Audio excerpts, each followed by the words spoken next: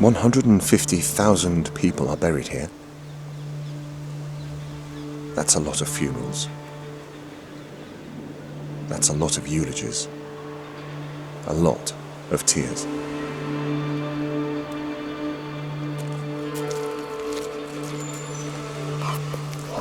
I walk my dog here most days. For a place with so many dead, it's full of life.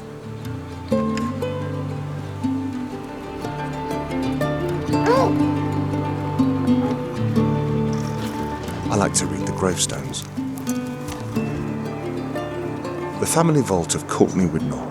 Young widower Courtney planned to join his wife, Grace, here one day with their children, but that didn't happen. He did bury his second wife with her.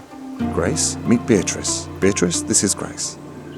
Was one of Mr. Widnall's attractive qualities, a capacity to surprise. Did he go on to have a third wife and is buried with her elsewhere? Maybe even with all their children. Is that what Grace would have wanted for him? Would Beatrice have been happy for Courtney and his new life?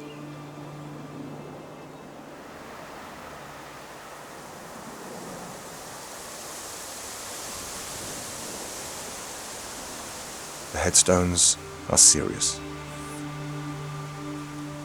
Some are portentous. You have to look hard for humour in a graveyard.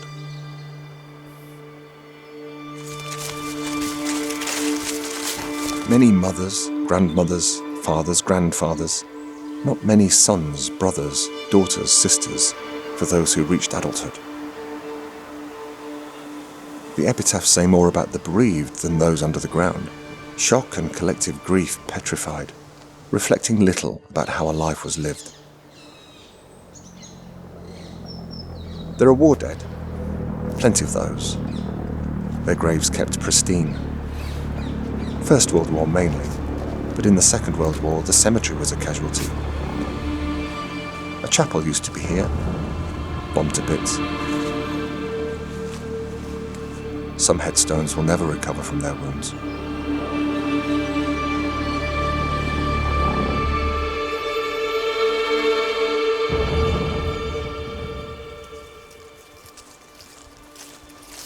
Overgrown down here.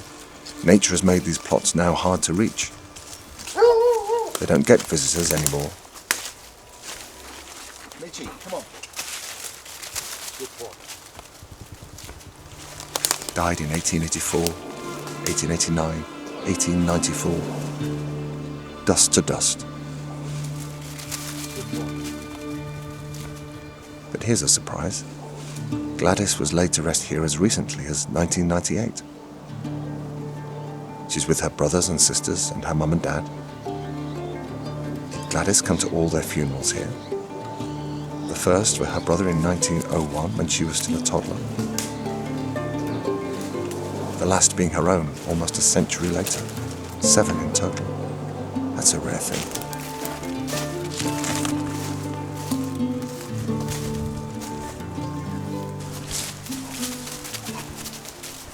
People famous in their day are here, and infamous.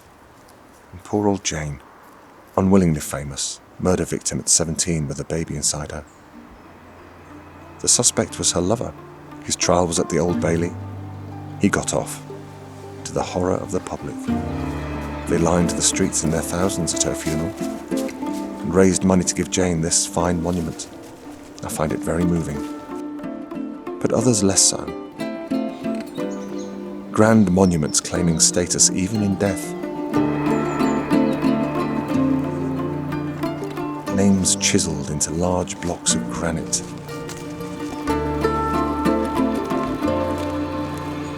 Important even when dead, lest we forget.